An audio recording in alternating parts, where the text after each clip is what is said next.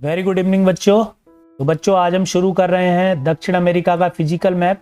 और जैसा कि आपने अगर पिछला वीडियो हमारा देखा है तो पिछले वीडियो में आपने देखा होगा दक्षिण अमेरिका का पॉलिटिकल मैप।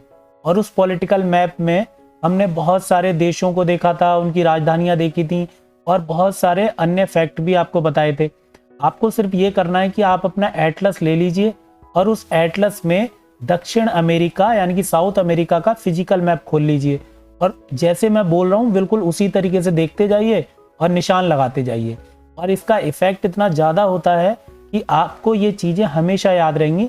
और वैसे भी जो फिजिकल मैप होता है किसी भी महाद्वीप का, कॉन्टिनेंट का, तो वो ज़्यादा महत्वपूर्ण होता है हर एक एग्ज़ाम के लिए। मतलब आप सिविल सर्विस से लेके और नीचे तक जितने एग्ज़ाम हैं, लेखपाल, कांस्टेबल, यूपी पुलिस, कोई भी एग्ज़ाम है, सब में कोई ना कोई क्वेश्चन आता है इस तरह का कि अमेजन नदी कहाँ से निकलती है, सबसे लंबी पर्वत श्रृंखला कौन सी है। इस तरह के बहुत सारे क्वेश्चन आते हैं। अभी टेट में भी क्वेश्चन आया था, कोयटापैक्सी निम्नलिखित में से किन पर्वतों का भाग है। तो इस तरह के क्वेश्चन आते रहते हैं। तो चलिए दोस्तों शुरू करते हैं। सबसे पहले हम दक्षिण अमेरिका का ऐसा स्थान देखेंगे जो ऊंचे स्थान है। और आप इस मैप में ध्यान से देख रहे हैं, जो आपको ब्राउन कलर दिख रहा है, ये जो ब्राउन कलर आपको दिख रहा है जिस पर मैं ड्रॉ कर रहा हूँ ये ब्लैक कलर की लाइन, वो क्या है? वो एंडीज पर्वत हैं। आप याद रखेंगे ये एंडीज पर्वतों की एक श्रृंखला है, इसे याद रखना आपको। ये एंडीज पर्वत है ना। एंडीज पर्वत विश्व के सबसे लंबी पर्वत श्रृंखला है ना। एंडीज पर्वत विश्व की सबसे लंबी पर्वत श्रृंखला कहलाती है। ये ध्यान रखना आपको। सबसे पहली बात तो ये, यानी कि हिमालय से भी ज्यादा लंबी है, जबकि हिमालय इससे ज्यादा ऊंचे पर्वत हैं, परंतु एंडीज पर्वत ज्यादा लंबी पर्वत श्रृंखला है और पूरे दक्षिण अमेरिका के पश्चिमी भाग में फैली हुई है, यानी कि पश्चिमी किनारे पर फैली हुई है। उत्तर दक्षिण इसकी दिशा है। तो अगर आपने एक बार देख लिए तो आप क्वेश्चन देखिए कितने सारे हो सकते हैं कि एंडीज पर्वत दक्षिण अमेरिका में कहाँ पाए जाते हैं, एंडीज पर्वत किस दिशा में फैले हुए हैं, तो उत्तर से दक्षिण फैले हुए हैं। इस तरह के बहुत सारे प्रश्न बन सकते हैं। अब चलिए एंडीज पर्वत के सबसे ऊंची चोटियों को हम एक बार देख लेते हैं। एंडीज पर्वत की जो सबसे ऊंची चोटियां हैं उन्हें जब देखेंगे हम तो आप पाएंगे कि सबसे ऊंची चोटी आपको मिलेगी एंडीज पर्वत में। आप याद करो, आपने जो पॉलिटिकल मैप देखा था उसमें चिली देखा था और चिली की राजधानी आपने सैंटियागो देखी थी। तो इस स्थान पर देखो आप, जहां मैंने ये गोल किया है वहां पर देखो आप कि वहां पर लिखा होगा एक पर्वत, एक चोटी, पर्वत चोटी जिसका नाम है अकांकागुआ। आपको याद रखना अकांकागुआ इन एंडीज पर्वतों की सबसे ऊंची चोटी का नाम है। अकांकागुआ। अकांकागुआ सबसे ऊंची पर्वत चोटी है कहाँ की? दक्षिण अमेरिका की। और अकांकागुआ जो पर्वत चोटी है दरअसल वो एक ज्वालामुखी पर्वत का उदाहरण भी है, परंतु ये ज्वालामुखी शांत ज्वालामुखी है ना। तो शांत ज्वालामुखी का उदाहरण है, ये याद रखेंगे। अगर आपसे कोई क्वेश्चन पूछता है कि विश्व का सबसे ऊंचा ज्वालामुखी बताओ और उसमें ना तो शांत लिखा हुआ है ना एक्टिव वाल्कानो लिखा हुआ है, यानी कि सक्रिय भी नहीं लिखा है, सुसुप्त भी नहीं लिखा है, तो सबसे ऊंचा ज्वालामुखी कहलाएगा अकांकागुआ। तो इसका मतलब अकांकागुआ सबसे ऊंची पर्वत चोटी कहलाएगी। अब देखो उसके बाद कहाँ पे, लेकिन इस बात का ध्यान रखना, जब आपसे पूछा जा रहा है कि सबसे ऊंची पर्वत चोटी दक्षिण अमेरिका की बताओ तो अकांकागुआ है, यानी कि विश्व की नहीं है ये, लेकिन ज्वालामुखी सबसे ऊंचा है विश्व का। उसके बाद देखिए आगे बढ़ते हैं। अकांकागुआ के बाद इसके बिल्कुल पास में है ना, अकांकागुआ से थोड़ा सा ऊपर चलेंगे आप यहाँ पर तो आपको फिर एक पर्वत चोटी मिलेगी जिसका नाम है ओजस डेल सलाडो। ओजस डेल सलाडो ये विश्व का सबसे ऊंचा सक्रिय ज्वालामुखी कहलाता है। ओजस डेल सलाडो है ना। ओजस डेल सलाडो विश्व का सबसे ऊंचा सक्रिय ज्वालामुखी है, इसको ध्यान रखना है आपको, है ना। ओजस डेल सलाडो।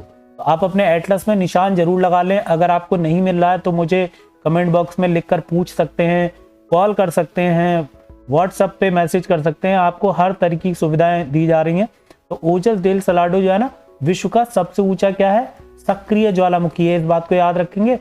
जबकि आपने बुक में शायद ये पढ़ा हो कि विश्व का सबसे ऊंचा सक्रिय ज्वालामुखी क्या है? कोयटापैक्सी। लेकिन अब आप ध्यान रखेंगे ये चीज जो है बदल गई है। अब सबसे ऊंचा सक्रिय ज्वालामुखी कौन सा हो गया है? तो ओजस डेल सलाडो। तो इसका मतलब अकांकागुआ से थोड़ा सा ही नीचा है। तो सबसे ऊंचा ज्वालामुखी, केवल ज्वालामुखी पूछा जा रहा है तो आंसर अकांकागुआ, और सबसे ऊंचा सक्रिय ज्वालामुखी अगर पूछा जा रहा है तो ओजस डेल सलाडो आंसर होगा। अब इन्हीं पर्वतों में आप देखिए ऊपर बढ़ते हैं। इन्हीं पर्वतों में जब आप ऊपर बढ़ेंगे ऐसे तो आप पहुंच जाएंगे कहां पर, इक्वाडोर में। और इक्वाडोर में देखिए यहाँ पर जहां ये गोल किया है मैंने, यहाँ पर 2 पर्वत चोटियां हैं। एक पर्वत चोटी आपको मिलेगी जिसका नाम है कोयटापेक्सी। तो कोयटापेक्सी ये तो आपने बहुत सुना होगा और यही क्वेश्चन टेट में भी आया है इस बार, यूपी टेट के एग्जाम में। तो कोयटापेक्सी आपको याद रखना है कि कोयटापेक्सी क्या है, तो आप कहेंगे एक सक्रिय ज्वालामुखी का उदाहरण है। एक टाइम पे ये विश्व का सबसे ऊंचा सक्रिय ज्वालामुखी था, लेकिन अब नहीं है। और किस देश में स्थित है, इक्वाडोर में। तो इक्वाडोर में कोयटापेक्सी सबसे ऊंचा सक्रिय ज्वालामुखी है ना। लेकिन अब क्या हो गया है, सबसे ऊंचा सक्रिय ज्वालामुखी अब नहीं है ये। अब कौन सा सबसे ऊंचा सक्रिय ज्वालामुखी, अब ये वाला है, ओजस डेल सलाडो क्या हो गया है, सबसे ऊंचा सक्रिय ज्वालामुखी हो गया है।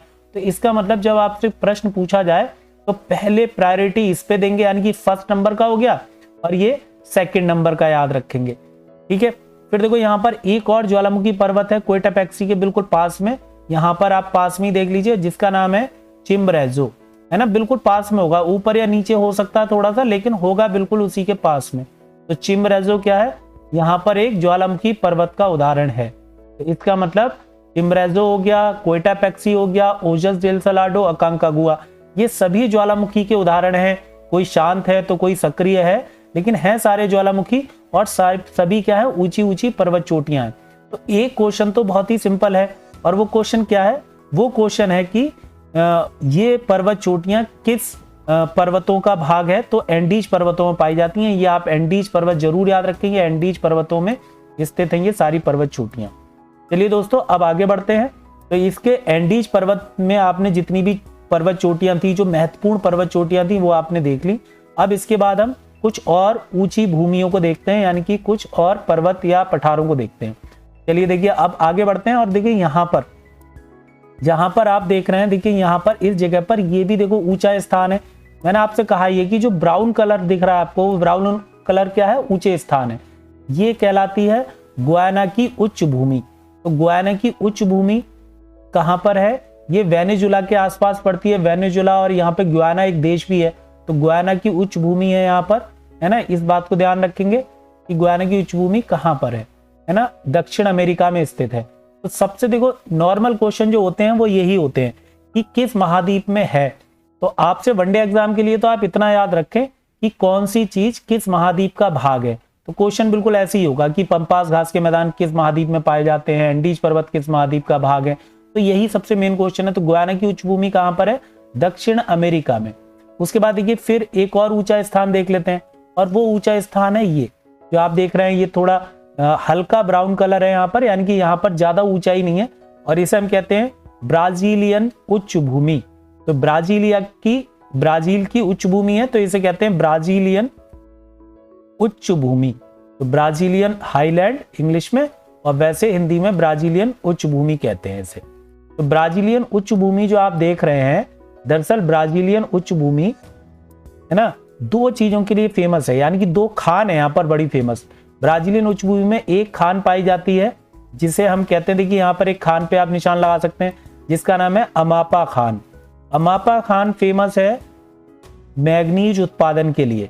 तो अमापा एक खान का नाम है, माइन है यहाँ पर एक, है ना, तो माइनिंग होती है यहाँ पर।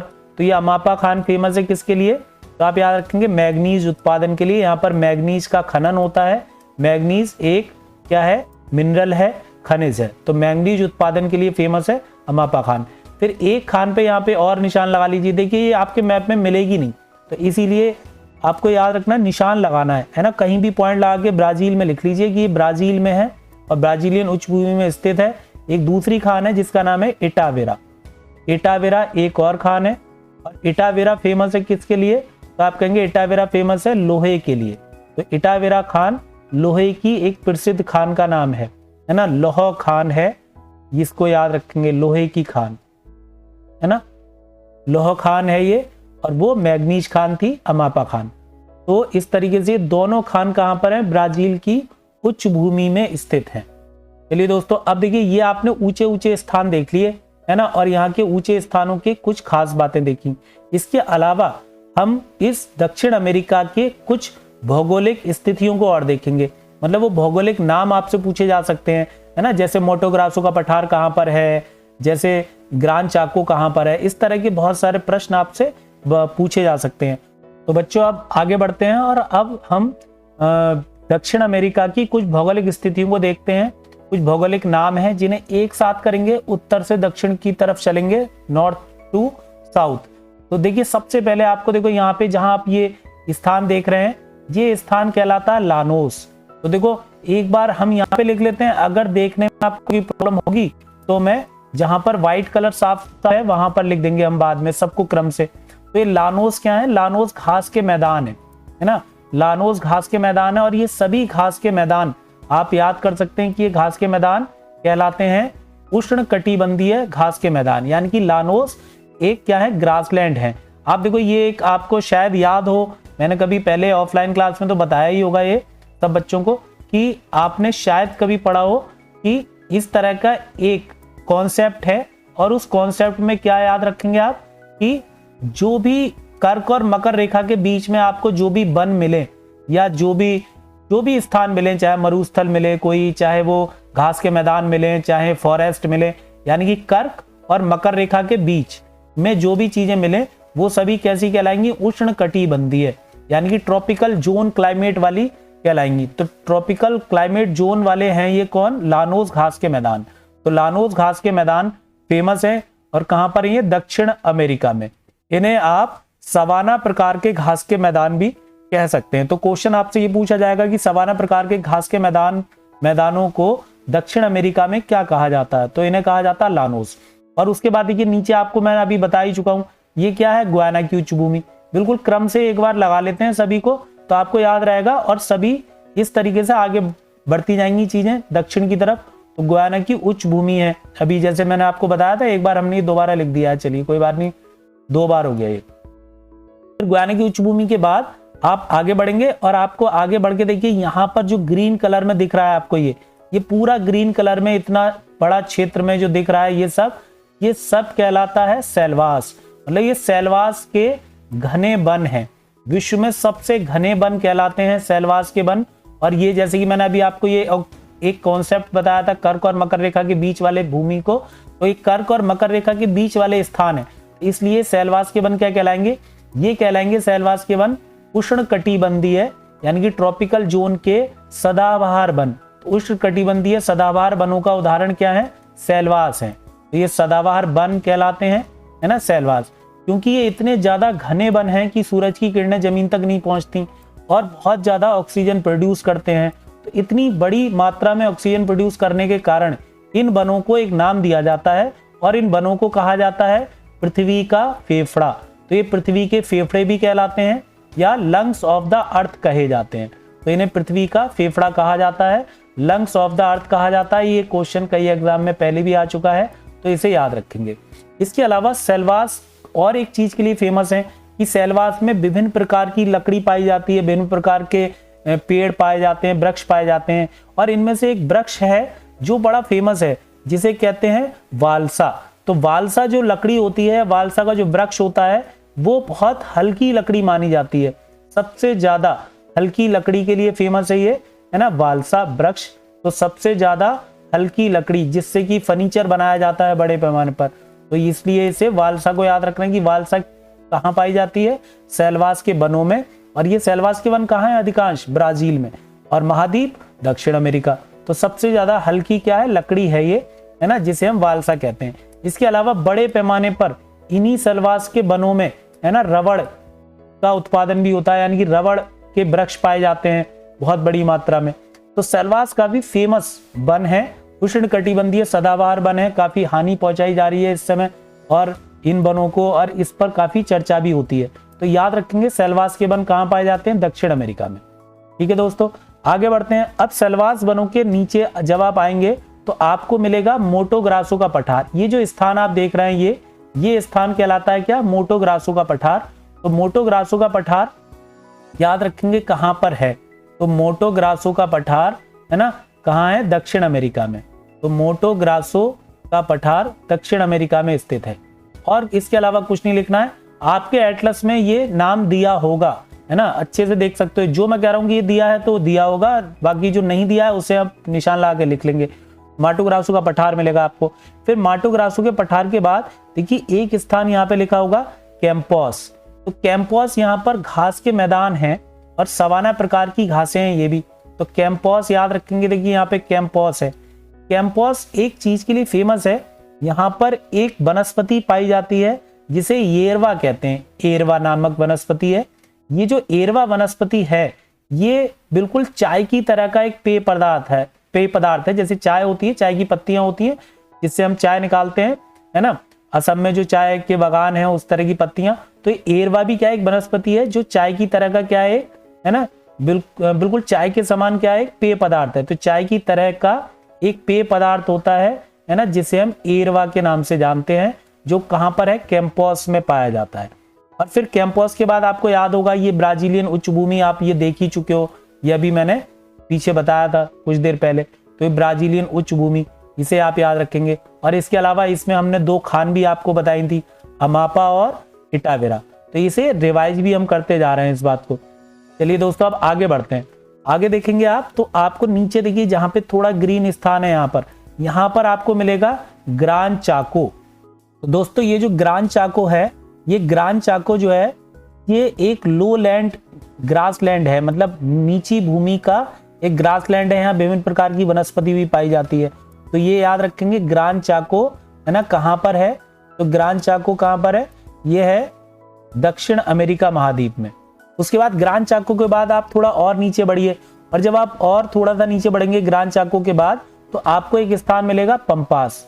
मोस्ट इंपोर्टेंट है, बहुत ही महत्वपूर्ण है ये पंपास वाला क्षेत्र। तो ये वाला जो क्षेत्र आप देख रहे हैं, दरअसल ये पूरा पंपास का एरिया है। पंपास घास के मैदान है, बहुत फेमस है, कई बार क्वेश्चन आया हुआ है, टेट में भी आया है ये क्वेश्चन, और अदर एग्जाम में भी ये क्वेश्चन पूछा गया है। तो पंपास क्या है, तो आप पंपास याद रखेंगे कि पंपास शीतोष्ण कटिबंधीय घास के मैदान है। जैसे जो घास के मैदान होते हैं, कुछ घास के मैदान ऐसे होते हैं जो बहुत महत्वपूर्ण होते हैं, ज्यादा फेमस होते हैं, तो उनके नाम पर अन्य प्रकार के घास के मैदानों को भी उनका प्रकार मान लिया जाता है। जैसे पंपास को हम प्रेरीज प्रकार के घास के मैदान कह सकते हैं, क्योंकि प्रेरीज काफी फेमस है। प्रेरीज कहाँ पाए जाते हैं, यूएसए में, यानी कि उत्तरी अमेरिका में। तो ये शीतोष्ण घास के मैदानों को हम प्रेरीज प्रकार के घास के मैदान कहते हैं। बिल्कुल वैसे ही जैसे हमने लानोस के जो घास के मैदान थे उन्हें सवाना प्रकार के घास के मैदान बोला था, है ना। इसी वजह से कैंपस को भी हम सवाना प्रकार के घास के मैदान कह सकते हैं, और पंपास को हम शीतोष्ण घास के मैदान या प्रेरीज प्रकार के घास के मैदान कह सकते हैं। इन पंपास घास के मैदानों में एक घास पाई जाती है यहाँ पर, जिसे हम कहते हैं अल्फा लफा। तो अल्फा लफा घास जो है ये काफी फेमस है, दवाई में इसका बहुत यूज होता है, अल्फा अल्फा भी बोलते हैं। तो अल्फा अल्फा जो घास है वो काफी फेमस है, दवाइयों में प्रयोग की जाती है। अगर किसी ने अल्फा टोन, एक दवाई आती है जो होम्योपैथी में बहुत फेमस है, तो वो अल्फा अल्फा घास से ही बनती है। तो अल्फा अल्फा क्या है, ये घास का एक प्रकार है, काफी फेमस है। और अल्फा अल्फा घास जो है कहाँ पाई जाती है, तो आप कहेंगे पंपास घास के मैदानों में। चलिए दोस्तों आप और नीचे आते हैं और नीचे की तरफ देखते हैं। तो यहाँ पर इस स्थान पर एक डेजर्ट है जिसे हम कहते हैं पैटागोनियन मरुस्थल। तो पैटागोनियन मरुस्थल है, पैटागोनियन डेजर्ट है, जो कि पाया जाता है कहाँ पर, अर्जेंटीना में या दक्षिण अमेरिका के दक्षिण में।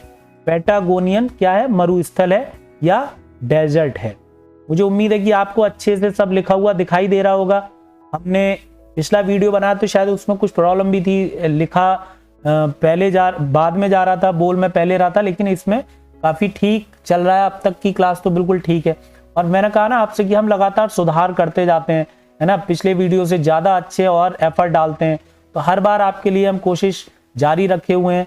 आप बस वीडियो को देखते जाइए, फायदा उठाइए, इससे फ्री ऑफ कॉस्ट है, कोई आपसे कोई चार्ज नहीं लग रहा है। तो इसे शेयर जरूर कर दें, है ना, ज्यादा से ज्यादा शेयर करेंगे तो ज्यादा से ज्यादा व्यू होंगे, तो हमें भी अच्छा लगेगा कि हाँ हमने जो वीडियो बनाया है वो कुछ लोगों तक फायदा पहुंचा रहा है। इससे पुराना वाला वीडियो आपने काफी शेयर भी किया है, इसी वजह से उसके व्यू भी एक दिन में काफी ज्यादा हुए, तो आपका इसके लिए बहुत बहुत धन्यवाद। चलिए दोस्तों अब आगे बढ़ते हैं। ये आपने देखा, ये जो आपने देखा पूरे दक्षिण अमेरिका में, ये हमने बिल्कुल क्रम से बनाया है, क्रम से लगाया है। यानी कि सबसे पहले लानोस, गुयाना की उच्च भूमि, सेल्वास के वन, और इसके अलावा माटो ग्रासो का पठार, कैंपस, ब्राजीलियन उच्च भूमि, ग्रान चाको, पंपास, अल्फा अल्फा घास के बारे में बताया हमने आपको, और पैटागोनियन मरुस्थल। अब देखिए इसके इस दक्षिण अमेरिका में हम नीचे की तरफ आ गए हैं, और नीचे की तरफ ये वाला जो हिस्सा आप देख रहे हो, ये हिस्सा नीचे की तरफ का जो ये हिस्सा आप देख रहे हैं जिसे मैं ड्रॉ कर रहा हूं, ये हिस्सा आप अपने मैप में देखिए बहुत ज्यादा कटा फटा हिस्सा है ना। मतलब जो तट है इसका, वो तट जो है ना समतल तट नहीं है, तो इसे कहा जाता है फ्योर्ड तट।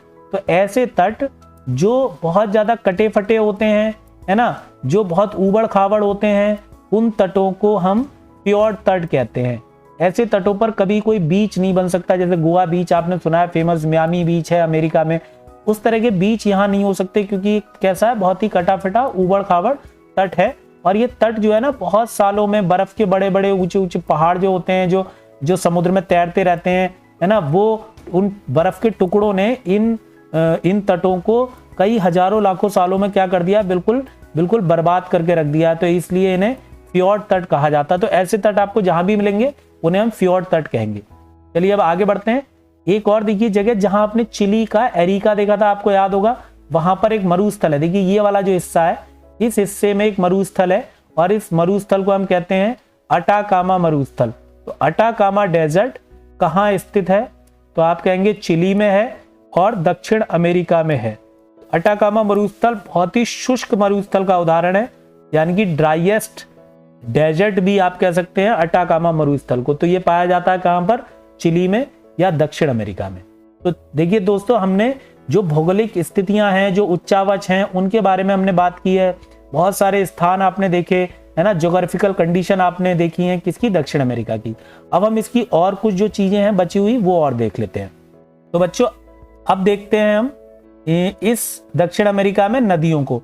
और यहाँ ज्यादा नदियां महत्वपूर्ण नहीं है, सिर्फ एक बड़ी नदी जो सबसे ज्यादा महत्वपूर्ण है खासतौर से वनडे एग्जाम के लिए, वो निकलेगी एंडीज पर्वत में, वहां से जहां आपने कोयटापैक्सी देखा था, जहां आपने इक्वाडोर देखा था। तो ये वाला जो स्थान है, ये स्थान, यहाँ पर बहुत सारी धाराएं, है ना, ऐसे मिलकर कई सारी धाराएं मिलके फिर चलती हैं आगे चल के, और फिर वो अमेजन नदी बनाती हैं। तो अमेजन नदी इस पूरे क्षेत्र से होते हुए बहती है और जाकर गिरती है कहां पर, अटलांटिक महासागर में। और यहाँ पर क्या है, अटलांटिक महासागर है। तो अटलांटिक महासागर में जाके गिरती है ना, कौन सी नदी गिरती है, अमेजन नदी। तो अमेजन नदी कहां से निकली, तो आप कहेंगे एंडीज पर्वतों से निकली है, और एंडीज पर्वतों से निकलकर ये कहां गिरती है, अटलांटिक महासागर में गिरती है। जो अमेजन नदी है वो विश्व की दूसरे नंबर की, है ना, यहाँ पे लिख देते हैं अमेजन। तो अमेजन नदी विश्व की दूसरे नंबर की सबसे लंबी नदी कहलाती है, परंतु सबसे ज्यादा चौड़ी नदी कहलाती है। तो विश्व की सेकंड नंबर की तो लंबी नदी है, परंतु सर्वाधिक चौड़ी नदी कहेंगे इसे, है ना, अमेजन को। सर्वाधिक चौड़ी नदी, सर्वाधिक पानी का आयतन भाग के ले जाने वाली नदी, है ना, तो पानी का आयतन भी सबसे ज्यादा है इस नदी में। और इसके अलावा और इसके अतिरिक्त, है ना, सर्वाधिक पानी भागकर ले जाने वाली नदी, एंड या फिर सर्वाधिक पानी का आयतन किस नदी में है, सर्वाधिक चौड़ी नदी कौन सी है। इस तरह के बहुत सारे क्वेश्चन याद रखेंगे किससे, अमेजन नदी से। तो अमेजन नदी सेकंड लॉन्गेस्ट रिवर है और सबसे ज्यादा चौड़ी नदी है। तो अमेजन के आसपास के जो वन है, जिन्हें आपको याद होगा अभी हमने सेलवास लिखा था, उन सेलवास वनों को अमेजन के वन भी कहते हैं। तो अमेजन फॉरेस्ट, अमेजन वन भी कहा जाता है सेलवास के वनों को। अमेजन नदी की कई सारी सहायक नदियां हैं वैसे तो, जिनमें से एक सहायक नदी का नाम है जिसका नाम है मडीरा। तो ये मडीरा आप सहायक नदी देख सकते हो इसकी, है ना, एक मडीरा क्या है, इसकी सहायक नदी है। और वैसे भी आप एक चीज याद कर सकते हैं कि जितनी नदियां दक्षिण अमेरिका की हैं, वो सारी नदियां पश्चिम से पूरब की तरफ बहती हैं, और सभी नदियां अटलांटिक महासागर में गिरती हैं। ये भी एक विशेषता आप याद कर सकते हैं। इसके बाद जब आप यहाँ पर आएंगे, ब्राजीलियन की उच्च भूमि जहां आपने देखी थी, वहां से भी एक नदी निकलती है, और उस नदी का नाम है पराना नदी। तो देखिए पराना नदी जाएगी, है ना, ये पराना नदी। और पराना नदी के अतिरिक्त एक और नदी है जिसका नाम है उरुगुवे नदी, है ना, उरुगुवे नदी, वो भी इसी के आगे जाके सीधे मिल जाएगी। फिर एक नदी और है जिसे कहते हैं परागुवे नदी। फिर परागुवे नदी के अलावा एक और नदी है यहाँ पर जिसका नाम है सलाडो नदी। तो पराना और सलाडो, ये दो नदियां कर लीजिए, याद रहेंगी आपको और महत्वपूर्ण भी हैं, है ना। तो पराना और सलाडो, ये दो नदियां कर लीजिए। तो देखो पराना नदी है एक, ठीक है, एक ये सलाडो नदी है यहाँ पर, सलाडो। और बाकी ये उरुगुवे परागुवे, तो देखो सबको याद रहेगा कि उरुगुवे परागुवे देश कहाँ पर है, दक्षिण अमेरिका में है, तो नदियां भी वहीं होंगी। तो इसमें तो कुछ करना नहीं है। क्वेश्चन यहाँ पर सिर्फ इतना याद रखना है कि ये किस महाद्वीप में बहने वाली नदियां हैं। वैसे तो मैंने आपसे कहा कि वनडे एग्जाम में आप केवल अमेजन को याद रखें, वही आपके लिए पर्याप्त है। ठीक है, तो ये आपको नदियां करनी है। अब देखिए एक नदी और है इसमें जिसका नाम है ओरिनोको नदी। ओरिनोको नदी जो आप ये गुयाना की उच्चभूमि आपने देखी है, ये वाली गुयाना की उच्चभूमि, तो वहां पर ओरिनोको नदी बहती है। ओरिनोको नदी की एक सहायक नदी, देखिए यहाँ पे एक मैं आपको समझा देता हूँ। ओरिनोको जो नदी है उसकी एक सहायक नदी है ओरिनोको नदी की, जिसका नाम है कैरो नदी। और कैरो नदी की फिर एक सहायक नदी है जिसका नाम है चुरुन नदी। तो जो चुरुन नदी है, इस नदी पर एक जलप्रपात है और इस जलप्रपात को हम कहते हैं एंजिल फॉल, यानी कि एंजिल जलप्रपात। एंजिल फॉल विश्व का सबसे ऊंचाई से गिरने वाला झरना है या जलप्रपात है। एंजिल फॉल को याद रखेंगे, 807 मीटर ऊंचा झरना है ये, इसलिए बहुत महत्वपूर्ण है। विश्व का सबसे ज्यादा ऊंचाई से गिरने वाला, सीधा गिरने वाला झरने का नाम है एंजिल फॉल। और ये एंजिल फॉल कहां पर है, जहां मैंने आपको देखो ये वाला निशान लगाया, तो आप यहाँ पे लिख सकते हैं, देख सकते हैं, देखो एंजिल फॉल यहाँ लिखा भी होगा। तो एंजिल फॉल कहां पर है, तो आप कहेंगे ये वेनेजुला में है। और ये एंजिल फॉल जो वेनेजुला में है वो किस नदी पर है, तो चुरुन नदी पर है।